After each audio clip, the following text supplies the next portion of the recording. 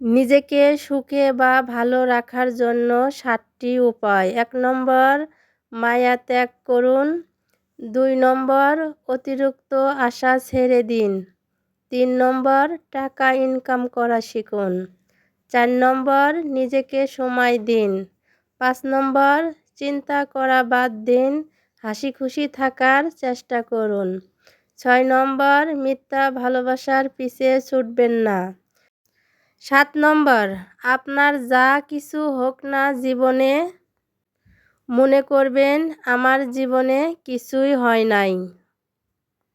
আসসালামু আলাইকুম, আমি রাজিয়া ডেইলি ব্লগ চ্যানেল থেকে প্রতিদিনের মতো আবারও ছোট্ট একটা ভিডিও আপনাদের মাঝে শেয়ার করলাম। ভিডিওর শুরুতেই যাই, যেখান থেকে আমার ভিডিও দেখছেন অবশ্যই লাইক দিয়ে পুরো ভিডিও দেখবেন আর ছোট্ট একটা কমেন্ট করবেন। আর এই যে কথা বলতে বলতে আমি দোকানে চলে এসেছি। আমার বিজনেসের কিছু হিসাবপাতি করব আজকে। আমার এই যে জানুয়ারি মাসে আমি কত টাকার গ্যাস কিনলাম। আমি তো বলছি আমার একটা বিজনেস আছে, গ্যাসের বিজনেস।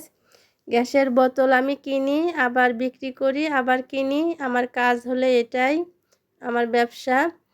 এই যে আমি এই মাসে কতগুলো গ্যাস কিনলাম, কত দাম দিয়ে, আর কতগুলো গ্যাস আমি বিক্রি করলাম কত দাম দিয়ে, আর কতগুলো গ্যাস আমার বাকি গেছে। আর এই যে গ্যাসের বোতলগুলো দেখতেছেন, মূলত এটাই আমার বিজনেস। এই বোতলগুলো গ্যাস সহ কিনা হয়, তারপরে খুচরা বিক্রি করা হয়। আর আলহামদুলিল্লাহ ব্যবসা আমার অনেক ভালো চলছে।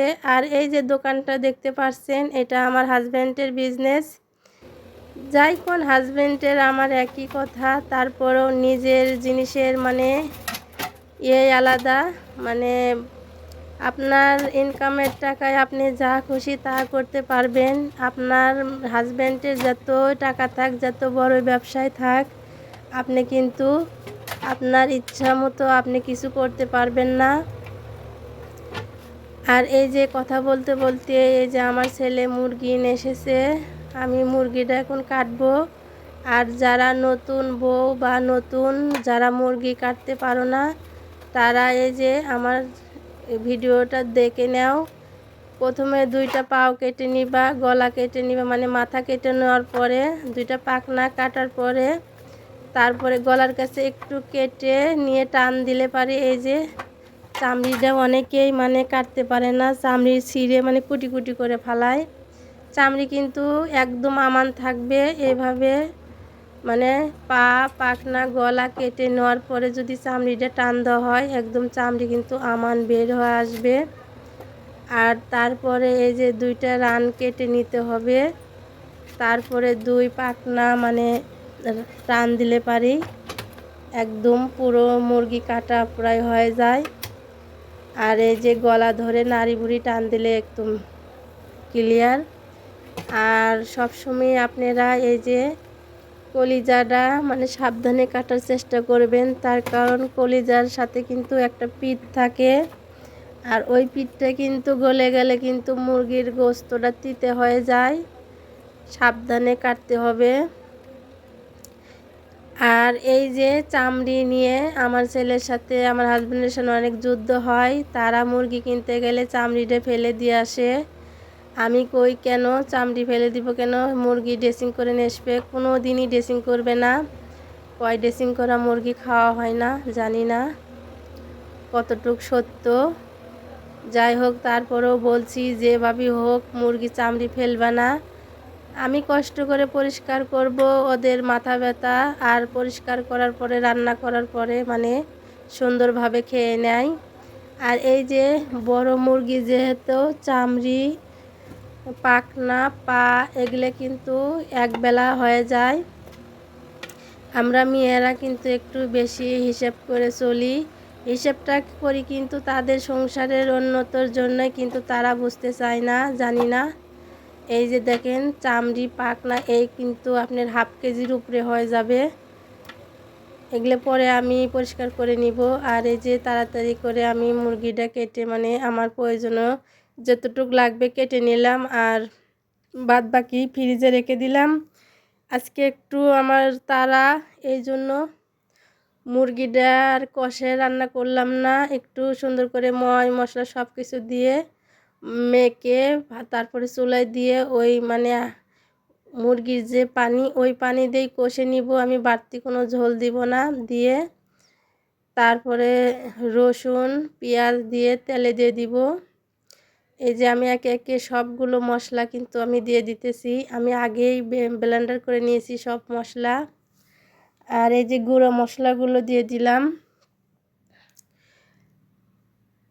আমার কলিজার আপু ভাইয়ারা যে যেখান থেকে আমার ভিডিওটা দেখছো, অবশ্যই লাইক দিয়ে ছোট্ট একটা কমেন্ট করবে।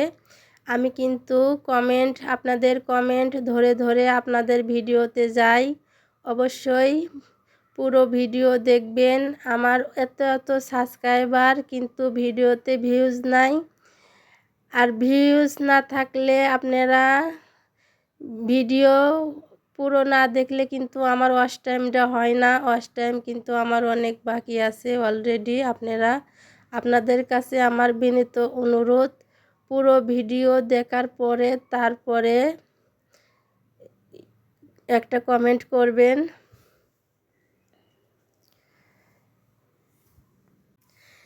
আর গেছে মাসে আমার বিজনেস থেকে আমি টাকা পেয়েছিলাম, মানে লাভের অংশ। আমি তো প্রতি 10 তারিখে আমার বিজনেসের হিসাব করি যে আমি এই মাসে কত টাকার গ্যাস কিনলাম, কত টাকা বিক্রি করলাম, আর কত টাকা আমার মানে লাভ হলো। আমি মানে গেছে মাসে ডিসেম্বরে লাভ হয়েছে আমার হলে আপনার 4000 টাকার মতো। আর এই মাসে একটু কম, এই মাসে তারপরেও 3000 টাকার মতো আসবে। তার কারণ এখনও টাকা হাতে পাই নেই, অনেক গ্যাস বাকি গেছে। 10 তারিখে অনেকে বেতন পাওয়ার পরে তারপরে দিবে, তারপরে হিসাব করলে বের হবে। যাই হোক, এই যে আমার ঘরে এই যে ছোপা দেখতে পারলেন, এই ছোপা কিন্তু আমি কিনেছি। ছোপার এই যে ফর্ম কভার সেদিন 10,500 টাকা দিয়ে এনেছি। আর একটা চিন্তা ভাবনা আছে, এখন আমি কি কিনবো আমার মাথার মধ্যে ঘুরপাক খাচ্ছে। আমি কিছু কেনার আগেই মানে আমার মাথার মধ্যে শুধু ওইটাই ঘুরপাক খায় যে আমি কখন কিনবো, ওই টেনশনই আমার সব সময় মানে থাকে। আমি একটা কিনবো, আমার শখের একটা কর্নার শোকেস, আমার অনেক দিনের শখ, আমি একটা শখের কর্নার শোকেস কিনবো। শোকেস আমার বাড়ি আছে, আমার বাড়ি বড় স্টিলের মানে আলমারি শোকেস আছে, তারপরে বড় স্টিলের বাক্স আছে। ওগুলো তো আর আমি ঢাকা নিতে পারবো না, ওগুলো বড় বড় জিনিস। যাই হোক, ছোট্ট একটা কর্নার কিনবো সেগুন কাঠের। আপনারা দোয়া করবেন আমি যেন শীঘ্রই আমার ওই শখের জিনিসটা যেন আমার টাকা দিয়ে কিনতে পারি।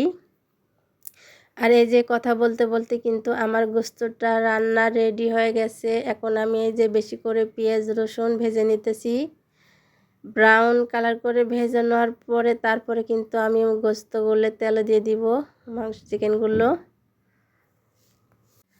আমরা মেয়েরা আমরাও অনেক কিছু করতে পারি, ব্যবসা বাণিজ্য কোন চাকরি কোন, মেয়েরাও সব কিছু করতে পারে। মেয়েরা যদি মানে প্রধানমন্ত্রী হতে পারে বা স্পিকার হতে পারে মেয়েরা, তাহলে মেয়েরাও ব্যবসা বাণিজ্য করতে পারে। আমার হাজব্যান্ডের পাশাপাশি আমিও মানে বিজনেস করি, আপনারাও চাইলে করতে পারেন। অনেক বিজনেস আছে, এখন তো অনলাইনের যুগ, অনলাইনেও অনেক মানে বিজনেস করতেছে মানুষ। ঘরে বসে রান্না করে কিন্তু ডেলিভারি করতেছে, ঘরে বসে কাপড় মানে হাতের কাজ করে ডেলিভারি করতেছে। ঘরে বসে আপনি চাইলে আপনি অনেক অনেক টাকা ইনকাম করতে পারবেন, আপনার ইচ্ছা শক্তি থাকতে হবে। আরে দেখেন, আমি তো বলছিলাম যে আমি ফ্রিজ থেকে কিছু বের করলে কিন্তু আর মানে তুলতে মনে থাকে না। ধনের পাতাগুলো ফ্রিজ থেকে বের করছি, আর তোলার মনে নাই, আর দেখেন পচে গেছে। আর এই যে চামড়িগুলো এখন আমি পরিষ্কার করে নিব, এই যে গরম পানি দিয়েছি গ্যাসের চুলায়।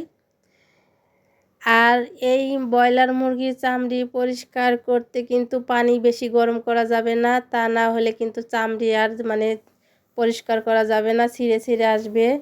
হালকা কুসুম গরম পানি করতে হবে, করলে পারে একদম 10 মিনিটে আপনি পরিষ্কার করে নিতে পারবেন।